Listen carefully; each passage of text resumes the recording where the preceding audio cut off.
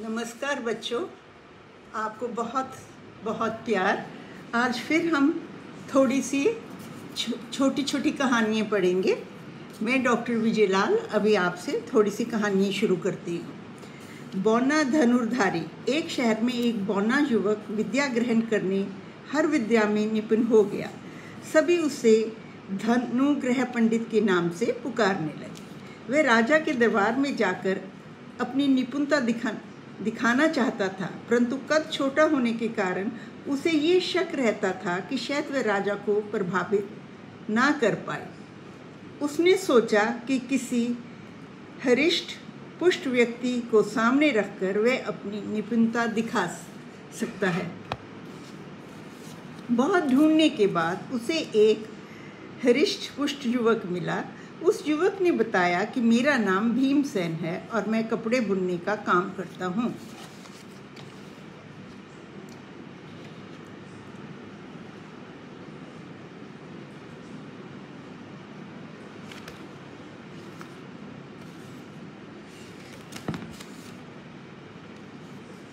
बौने ने उसे अपने विषय में बताया और कहा, पूरे जम्बूद्वीप में मेरे जैसा धनुर्धारी दूसरा नहीं है। मैं राजा के सामने जाने से संकोच करता हूँ क्योंकि मैं बौना हूँ। मैं चाहता हूँ तुम अपना ये काम छोड़कर मेरे साथ राजा के पास चलो। राजा तुम्हारे ढील डॉल से प्रभावित होगा। राजा तुम्हें जो काम बताएगा उसे मैं पूरा करूँगा। तुम राजा के सामने रहना, मैं पीछे से सारा काम करूँगा। इस प्रकार हम धन कमाकर अपना जीवन खुशी से बिता सकेंगे। भीमसेन बौने की बात समझ गया और राजा के पास जाने के लिए तैयार हो गया। दोनों राजा के दरबार में पहुंचे और राजा को झुककर प्रणाम किया। राजा ने पूछा, आप लोग कौन हो और यहाँ किस लिए आए हो? भीमसेन ने कहा, मैं एक धनुर्धारी हूँ और मेरे जैसा कोई भी धनुर्धारी इस पूरे शहर में नहीं है।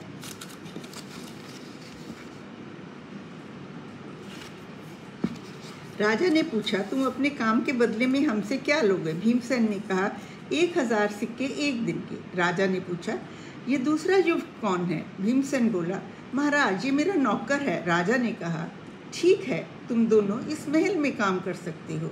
राजा जो भी काम भीमसेन को देता, धनुग्रह पंडित उस कार्य को आसानी से कर देता और भीमसेन राजा से शाबाशी पाता। एक बार एक चीता जंगल से भटकता हुआ शहर में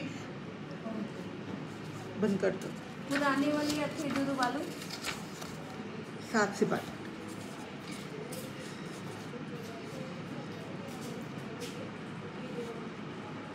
और भीमसेन राजा से शाबाशी पाता। एक बार एक चीता जंगल से भटकता हुआ शहर में घुस गया और सबको डराने लगा। डरे हुए लोग राजा के पास पहुंचे और राजा को चीते के बारे में बताने लगे। राजा ने उनकी बात सुनकर भीमसेन को बुलाया और पूछा, क्या तुम चीते को पकड़ सकते हो? भीमसेन बोला, अगर मैं ये छोटा काम भी पूरा ना कर सकूं तो मेरे धनुर्धारी होने का क्या फायदा? ये कहकर भीमसेन घर आया और धनुग्रह पंडित को चीते के बारे में बताया और पूछा, क्या तुम चीते को पकड़ने चलोगे? धनुग्रह पंडित बोला, मैं नहीं जाऊंगा। मैं तुम्हें एक उपाय बताऊंगा, तुम वैसे ही करना। उपाय ये है कि तुम अकेले जंगल में नहीं जाना। शहर के कुछ लोगों को इकट्ठा कर एक समूह बना हथियार लेकर जंगल में जाना। जब तुम्हें चीता दिखाई दे, तुम भागकर झाड़ियों की ओर जाना और ज़मीन पर लेट जाना। लोग चीते को देखते ही उस पर टूट पड़ेंगे और चीते को मार देंगे। इसके बाद तुम लोगों के पास जाना और आश्चर्य से कहना, अरे तुमने इसे मार डाला। मैं तो इसकी नाक में नकेल डालकर राजा के पास जिंदा ले जाना चाहता था। इसको जिंदा देखकर राजा खुश होते। अब मैं राजा को क्या जवाब दूंगा?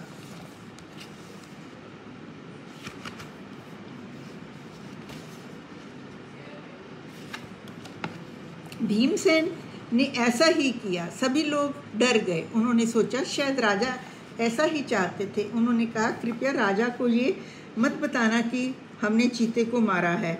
इस तरह धनुग्रह पंडित का उपाय काम कर गया। भीमसेन मरे हुए चीते को लेकर राजा के पास गया। राजा उसे देखकर बहुत खुश हुआ। उन्होंने भीमसेन को बहुत सारा इनाम दिया। इस प्रकार भीमसेन राजा के सभी काम धनुग्रह पंडित की सलाह से पूरा करता रहा और धन प्राप्त करता रहा। अब भीमसेन एक अमीर आदमी बन गया और उसमें घमंड भी आ गया। अब उसने धनुग्रह पंडित का भी अपमान करना शुरू कर दिया। वह धनुग्रह पंडित से कहता, मुझे अब तुम्हारी ज़रूरत नहीं है, मैं खुद ही सारे काम कर सकता हूँ। कुछ दिनों बाद पड़ोसी राजा ने हमला कर दिया। राजा ने सेनापति को बुलाया और सेना तैयार कर भीमसेन के साथ लड़ाई के मैदान में चला गया। अब धनुग्रह पंडित को भीमसेन की चिंता होने लगी कि उसका क्या होगा। धनुग्रह पंडित भी भीमसेन के पीछे हाथी पर बैठ गया। सेना का बिगुल बजा। दोनों सेनाएं युद्ध के लिए तैयार हो गई। भीमसेन बहुत डरा हुआ था। उसका डर देख धनुग्रह पंडित बोला, डरो नहीं, मैं यहीं हूँ, मैं तुम्हें सुरक्षित घर पहुँचा दूंगा। भीमसेन को घर पहुँचाकर धनुग्रह पंडित फिर लड़ाई के मैदान में पहुंचा। वहां उसने अपनी धनुर्विद्या का बहुत अच्छा प्रदर्शन किया और युद्ध जीतकर राजमहल में लौट आया। राजा ने खुश होकर उसका बहुत सम्मान किया और उसे बहुत धन देकर जम्बूद्वीप का सर्वश्रेष्ठ धनुर्धारी घोषित किया। धनुग्रह पंडित खुशी खुशी भीमसेन के घर गया, उसको भी धन दिया तथा खुद दरबार में लौट आया। अब वह राजा के साथ बहुत सम्मान से खुशी खुशी रहने लगा। सो बच्चे, हमें शिक्षा मिलती है कि झूठा घमंड कभी नहीं करना चाहिए। ठीक है, अब मैं अगली कहानी पे चलती हूँ। ये है, कहानी का नाम है मोतियों का हार। एक बार एक रानी स्नान करने के लिए बगीचे में स्थित तालाब में जाने लगी। रानी ने अपना मोतियों का हार उतारा और अपनी दासी को संभाल कर रखने के लिए दे दिया। उस तालाब के पास एक पेड़ था जिस पर कुछ बंदर रहते थे। एक बंदरिया ये सब कुछ बहुत ध्यान से देख रही थी। जब बंदरिया ने देखा कि रानी स्नान करने के लिए चली गई और दासी बैठी बैठी सो गई, तब उसने चुपके से हार को उठाकर पेड़ की खोल में छिपा दिया।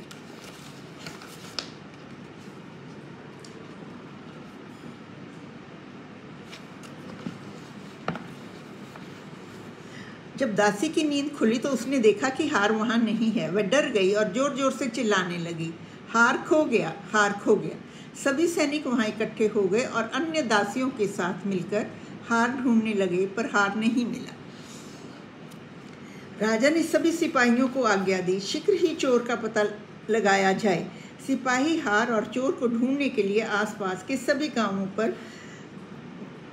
गांवों हर व्यक्ति से हार के बारे में पूछने लगा। इसी भाग दौड़ में सिपाहियों ने एक मासूम आदमी को चोर समझ पकड़ लिया और उसे राजा के पास महल में ले गए। वहां पहुंचकर उस मासूम आदमी ने सोचा कि अगर मैं ही हाँ कर दूं तो ये शायद मुझे छोड़ दें, नहीं तो ये मुझे मार देंगे। राजा ने पूछा, हार तुमने चुराया है? मासूम आदमी बोला, जी महाराज। राजा ने पूछा, अब हार कहाँ है?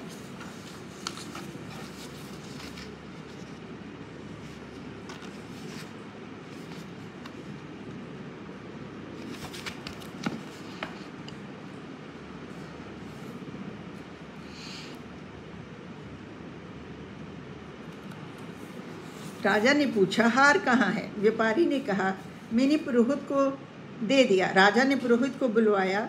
उसने भी डर के कारण कहा, मैंने एक गायक को दे दिया है। गायक को दरबार में बुलाया और पूछा तो उसने कहा, मैंने हार नर्तकी को दे दिया है। नर्तकी को बुलाया गया तो नर्तकी ने राजा को से कहा, मुझे किसी ने हार नहीं दिया।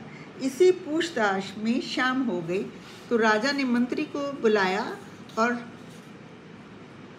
चारों को उसके हवाले करते हुए कहा कि पता लगाओ असली चोर कौन है। ये कहकर वह महल में चला गया।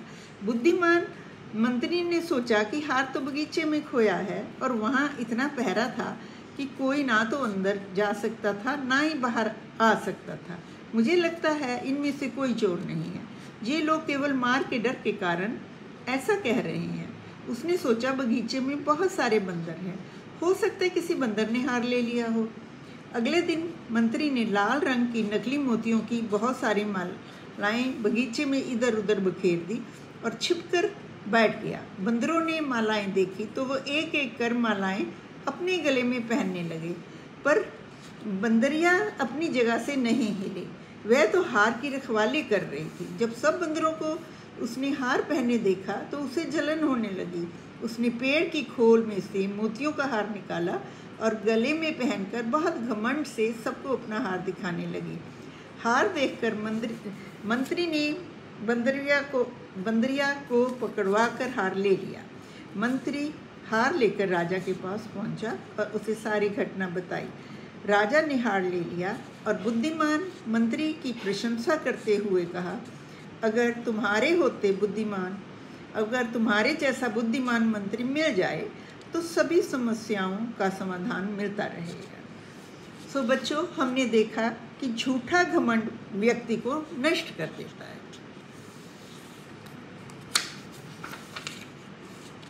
अब हम अगला लेसन पढ़ेंगे, अगली छोटी कहानी पढ़ेंगे जिसका है नाम का अर्थ।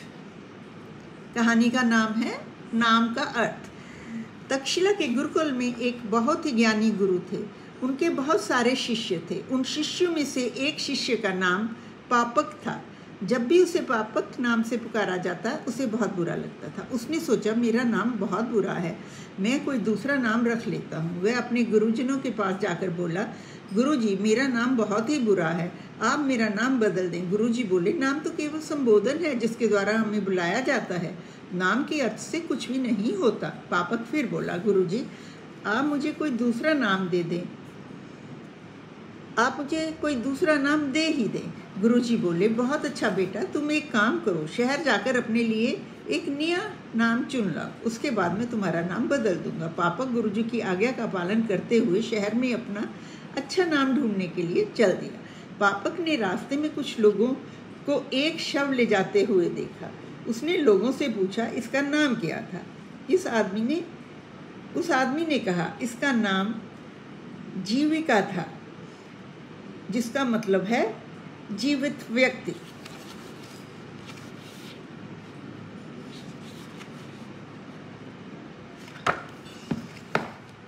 पापक सोचने लगा, जिसका नाम जीविका था फिर भी मर गया, जीविका भी आजीविक हो गया। इसलिए कहते हैं, नाम तो केवल पुकारने के लिए है। मैं तो मूर्ख हूँ जो अपने नाम के बारे में सोच रहा हूँ। पापक आगे बढ़ा तो उसने देखा कि एक मालिक अपनी नौकरानी को कोड़ों से मार रहा है। पापक ने उस आदमी से पूछा, तुम इस गरीब लड़की को क्यों मार रहे हो? आदमी बोला, मैंने इसे धन देकर इसके पिता से खरीदा था। ये काम करके मुझे प्रतिदिन कमाकर देती है, परंतु आज इसने कुछ भी कमाकर नहीं दिया। पापक ने पूछा, इसका नाम क्या है? आदमी बोला, इसका नाम धनपाली है। पापक ने सोचा, इसका नाम धनपाली है, फिर भी ये लड़की गरीब है, इसके नाम में क्या है? मैं तो मूर्ख हूँ जो इस बारे में सोचता हूँ। वह आगे बढ़ा तो उसे एक आदमी मिला जो रास्ता भूल गया था। पापक ने उससे पूछा, क्या हुआ? वह आदमी बोला, मैं रास्ता भूल गया हूँ। पापक ने पूछा, तुम्हारा नाम क्या है? वह आदमी बोला, मेरा नाम पंथ का है। पापक ने सोचा, इसका नाम पंथ का है, फिर भी ये रास्ता भूल गया है, इसलिए नाम में क्या है? नाम तो केवल संबोधन मात्र है। मैं ही मूर्ख हूँ जो इस बारे में सोचता हूँ। पापक इसी सोच में भारी मन लिए हुए अपने गुरुजी के पास वापस लौट आया। गुरुजी ने पापक से पूछा, बेटा, क्या तुम्हें अपना मनपसंद नाम मिल गया?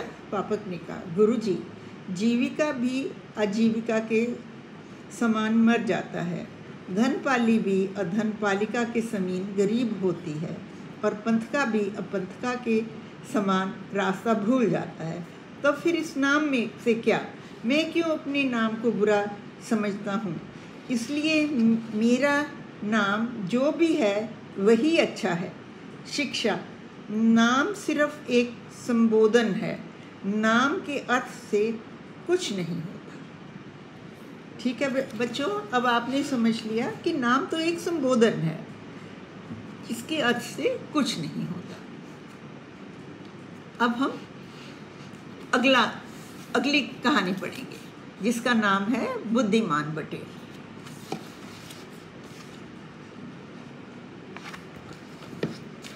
एक जंगल में बहुत सारे बटेर रहते थे।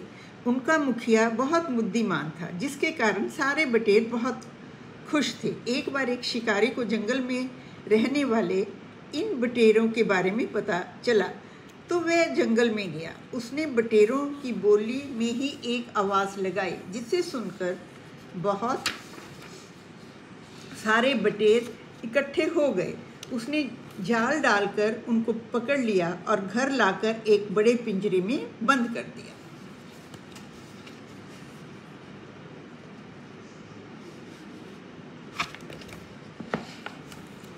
शिकारी उन्हें बहुत दाना पानी देता था, जिसे खाकर बटेर बहुत मोटे ताज़े हो गए। लेकिन बटेरों के मुखिया ने ना तो दाना खाया, ना ही पानी पिया।